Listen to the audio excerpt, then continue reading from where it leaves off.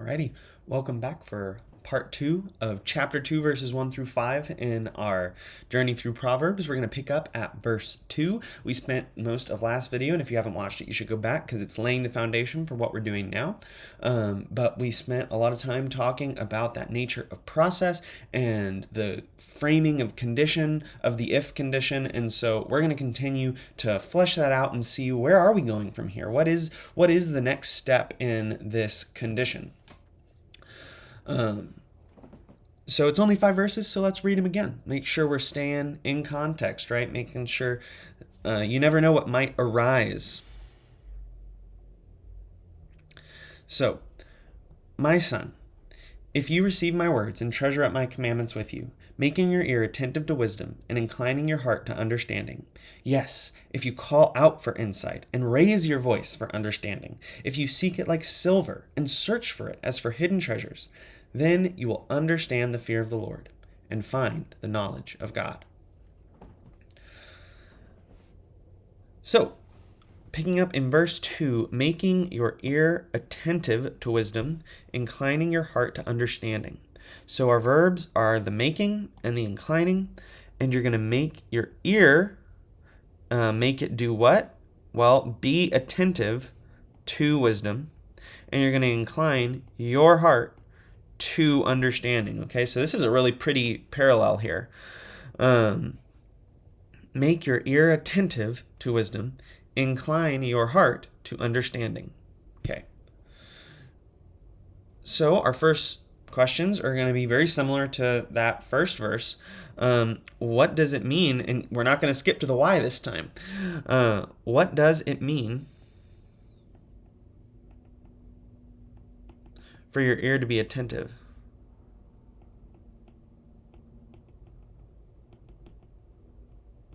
What does it mean to incline your heart?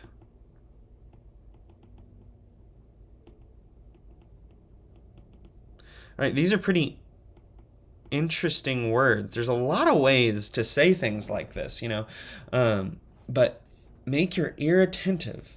Incline your heart. And remember, we're going to have to think about it in relationship to what came before, because though we don't, we're not, maybe don't have 100% certainty, it does seem likely that this is a process, right? A connected process. If you receive my words and treasure out my commandments, making your ear attentive. And so we talked about the nature of the process because that first step itself is a process, that might imply the rest of it is a process. But I think we should also consider these ing verbs, right? These progressive present participles. That means that this is an ongoing thing. This isn't just, oh, well, yeah, this happened, or yes, we're doing this. It's, yeah, this is continuing on, right? A present progressive. And so it seems like this is going to be a process, all that to say. Okay. So what does it mean to be attentive and to incline your heart? Okay. Well, we talked about receiving the words, okay? Well, how do you receive the words? You receive them through the ear, right? So let's work on this one first, right? How do you receive words, right? Kind of a new question, but not really. It's almost the same question as what does it mean to be attentive? But how do you receive words? Well, it's through the ears. Okay? Well, then how do the ears receive words? Well, they have to hear them, right? But how many of us have been in the situation, whether that's with a spouse or with a parent or with a sibling, maybe with a boss, whatever the case may be, have been in the situation where someone is talking directly at us, and we're sitting there and they finish and they say something along the lines of, "You got that?" or "Did you hear me?" And you say, "What?" Right? What are you talking about? "No, I didn't hear you at all." It's like, really? I was talking right here to you and you didn't hear me? Well, that's right. They're not lying. Maybe they really didn't hear. Even though, technically, physically, we're the sound waves, right? And I don't know that I said that right, but right, was the sound bouncing, into their ears and around all the stuff inside our ears and making, did they hear it biologically, physically? Yeah, probably. I mean, they'd have to, yeah, probably, right? I mean, if you're close enough and you have functioning ears, well then yeah, they probably heard you. Well then why didn't they why did they think they didn't hear you? Right? That's the new question. Okay, well, if you biologically, physically heard me, why didn't you hear me? Because hearing isn't just about actually the sounds going into our ears, it's about being attentive. Okay? I have to actually direct my attention in order to hear properly. Because if I'm totally focused on this one thing, and someone is trying to talk to me, I'm not going to hear them because that's not where my attention is. It's amazing that our attention actually controls and filters our hearing.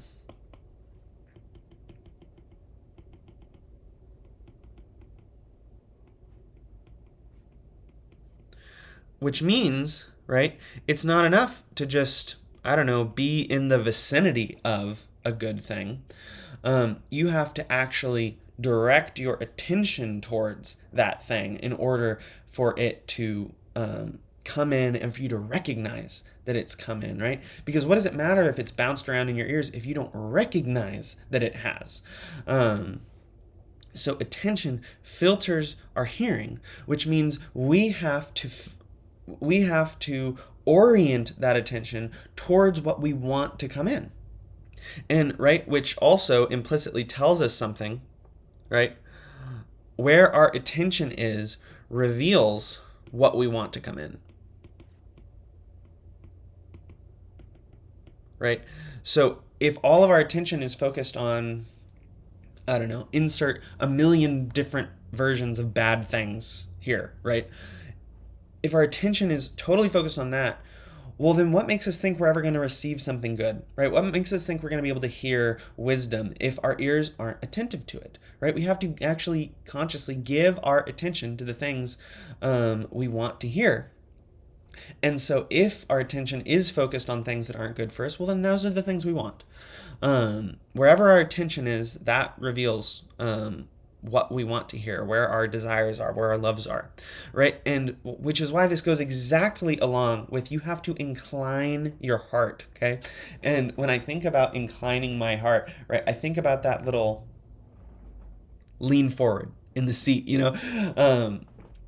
when you're in a lecture or something, or a sermon or whatever the case may be, and maybe you're sitting there, maybe you're taking notes, but then they start, the speaker starts to pick up steam, and maybe he's really getting going, he's getting fired up, and you start to lean into your seat like, oh man, this is getting kind of interesting, right? Like, now there's something about inclining our bodies actually that increases our attention. Now, I mean, I don't know that I have the science literature to back that up. I just know that that's true in my own experience. When I lean forward, right, that's when I start to really hone in on a speaker. And so this is what, and it does make me wonder, I mean, is that just a universal thing? Did Solomon understand that? And that is why he's saying you have to incline your heart, right? You have to orient, which is probably a very good word to explain that. You have to orient your heart, because your heart has filters too.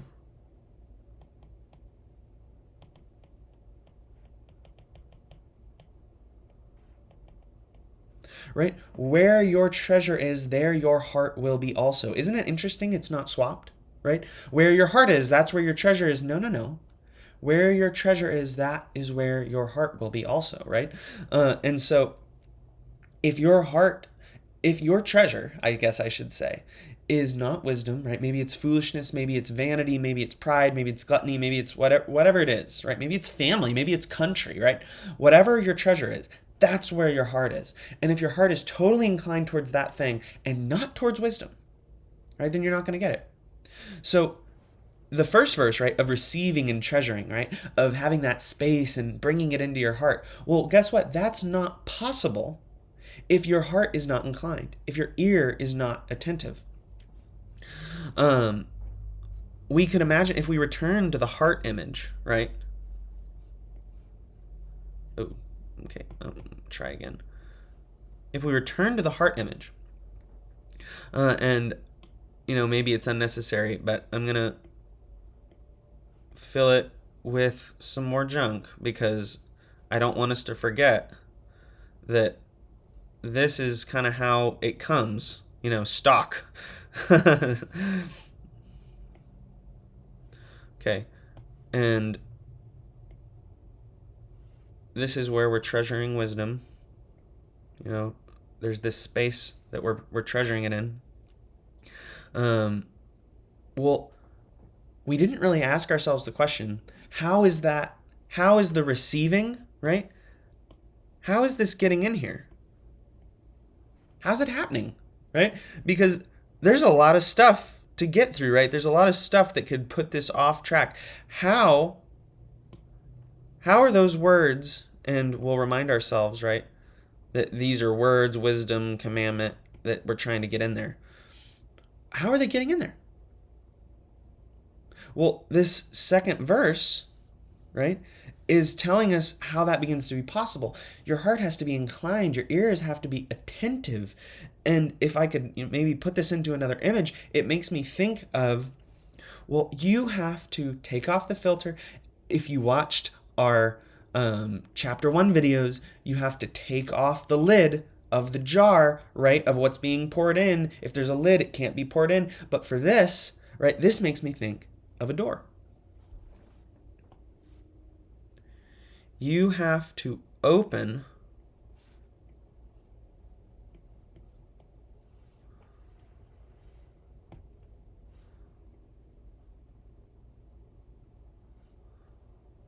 the door of your heart. Oops.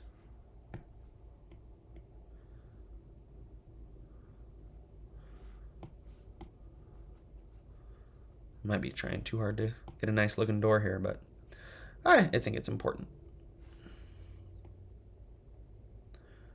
Right? You have to open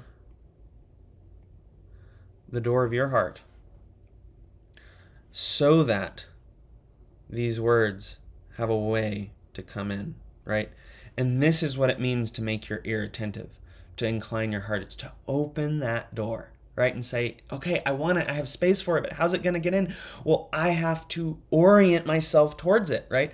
I can't just, because, right, you might imagine that this open door, right, if it's not oriented towards words, right, of wisdom, towards this understanding, towards these good, true, and beautiful things, if you just open that door to your heart, what do you think is going to come in, right?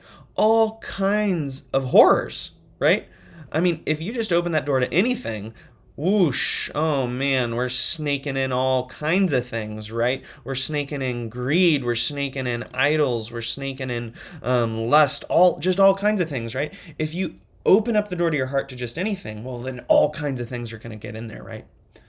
But that's why you have to orient your heart toward wisdom, right? You don't want to orient it towards these things, right? Ideally, let's not orient it towards these things. Those things are over here. Okay? That's where you want them to be. Because now, ooh, boom, boom, right? Where are they getting in? How are they getting into your heart? Well, they're not, because you are oriented towards words of wisdom. And I'm going to put, more even closer. You're just right there where the most likely thing to come in is wisdom, right? The most likely thing to come in through that open door is wisdom. That's what it means to orient make your ears attentive and incline your heart. That door is going to let in other things, right? If you just close the door to your heart completely, well, you're going to be sad and alone, and nothing is ever going to change in there, because our hearts have to have infusions of new in order to truly be changed, right? And the new you want is not new fleshliness, right? Not new sin, not new chains, but new freedom through the words of wisdom. And that's why we have to change our filters, right? We have to orient ourselves and then open that door so that we can, remember, so that we can receive and treasure and put these things in their proper place in our lives. Because they don't belong on the outside, they belong on the inside. That's where they'll have effect. Okay. So yes, I love that. Yes, if you call out for insight, he's getting excited. Yes, if you call out for insight and you raise your voice for understanding. Okay, so we can look at these verbs again. If you call out for insight and you raise your voice for understanding. All right. Interesting next step, isn't it? So we have room, we're ready to receive, we're opening the door, okay? And we've oriented ourselves towards the wisdom. But now we're having a slight transition, aren't we? Because these first two, right, were all about reception, right? You want to receive those words. You want to treasure up those commandments. You want to incline your heart. You want to make your ear attentive. That's all about getting ready to take these things in, right? But now we're saying, now you have to call out for insight. You have to raise your voice for understanding. And that's really cool because this is like a transitionary step. Because if you're calling out for and you're raising your voice for, yes, it's active, but it's more like an active receiving, right? So, and in fact, I would say that all of this should be a very active receiving. That's why, he's giving all these commands, these verbs. But you could imagine the first part being pretty passive, just kind of opening yourself up and being like, okay, man, whatever comes in, even if I'm oriented towards wisdom, it's like, okay. But no. It's not just that you want to put yourself in a good situation. It's that this has a lot to do, it seems to me, with desire, this section, right? Because you've opened the door and now it's like you're in the doorway and you're leaning out and you're like, hey, over here. Come over here. Like as if wisdom is passing by on the street and you're like, hey, come in. I want you to come in. Yeah, I'd love to see you. I'd love to talk to you. I'd love to hear what you have to say. I want what you're offering, right? Imagine with me if, someone who goes door to door for their job. I mean, this just has never happens. I would, maybe someone in the comments can tell me otherwise. But man, it's hard to imagine this happening, right? Someone going door to door selling, whatever it is they're selling, and that's a pretty tough job. Lots of rejection, lots of closed doors, right? Lots of sort of being ignored. But now imagine that you're walking down the street as that person and someone opens their door and says, hey man, hey, come over here. I'm actually really interested in what you have to say. Hey, and I'd like to hear what you're talking about. I'm interested in what you're offering. Whoa. I mean, goodness, if you couldn't make that sale, right? Like, well, I mean, is there a better scenario? I mean, you might even be a little freaked out, like, oh my gosh, are you serious? Like, what, are you tricking me? But no, in that scenario, man, of course, that's so exciting because that person really, really wants it. They were willing to open that door and then not just wait for you to wander in, which would be really weird, right? But actually say, here's the invitation. Come on in, right? I want you.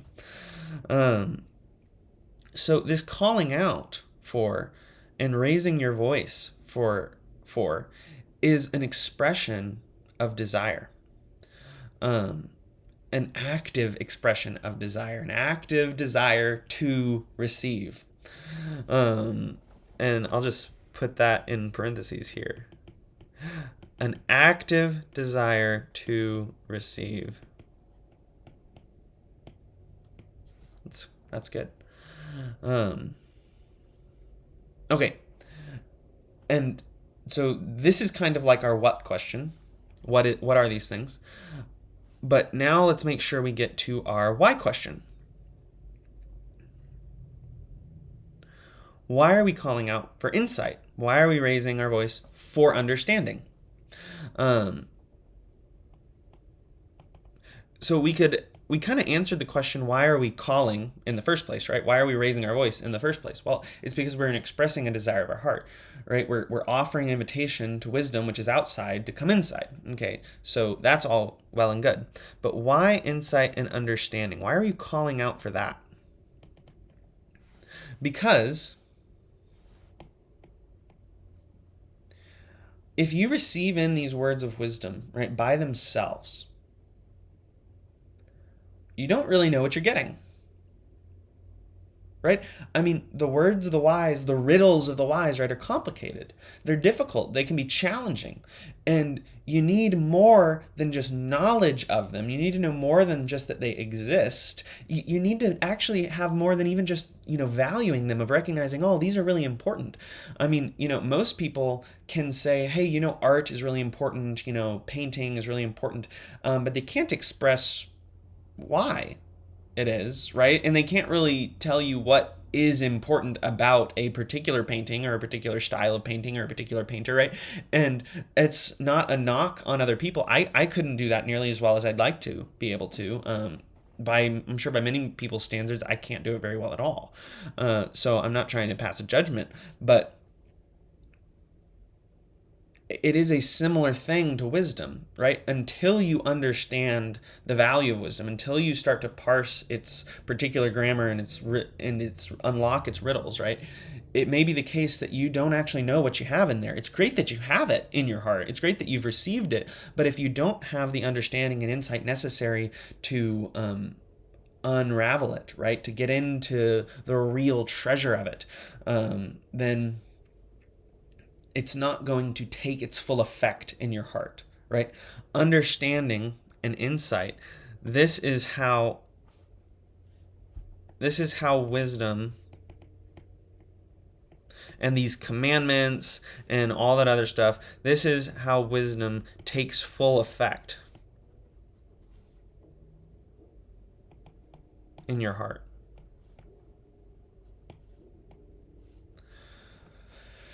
Because the knowing isn't enough. If we returned to that Proverbs 1 process, this is that wrestling idea, of working to understand it.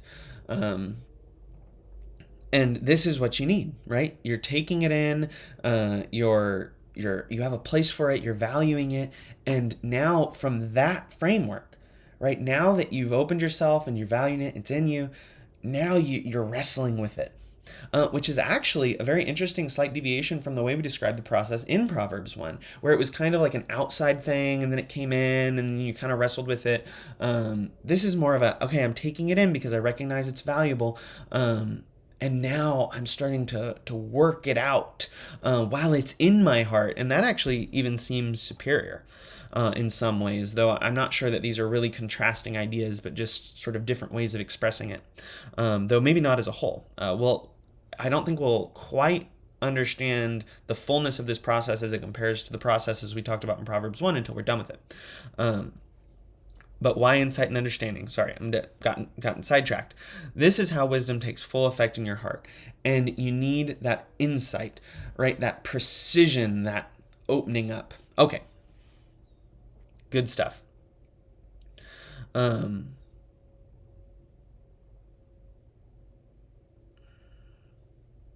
Because, all right. So if we want to add the calling out, right, to our image of the heart, and I'll just draw one more for us.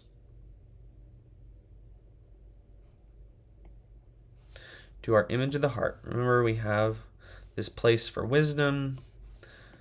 It's filled with a lot of bad stuff, junky junk.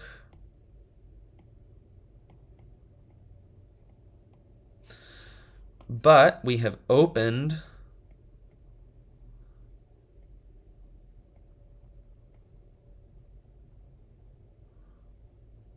a door. We've inclined our hearts.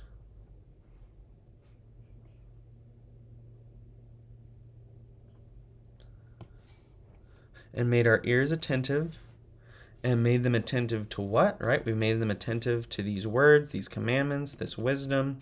We've oriented ourselves towards it. And we're trying to receive these things. And when I think of insight and understanding, I think of it maybe like a light, right? That we don't just want the wisdom, we want the light to open up those dark corners, right? Oh dear. To open up those dark corners, to make things brighter. And that brightness is that wisdom, that insight, that understanding. That's how you begin to open new inroads to making more room in your heart, I think, right? Because you can then start to see, oh, well, there's new paths, there's new ways of thinking about this, right? And the light kind of follows with you. And the insight, the understanding, it carries with you. Yeah. So this insight and understanding sort of enlightens this process of your heart. And it makes things clearer. It brings clarity. Yeah, I like that. Alrighty. I think that is maybe a good place to stop for now.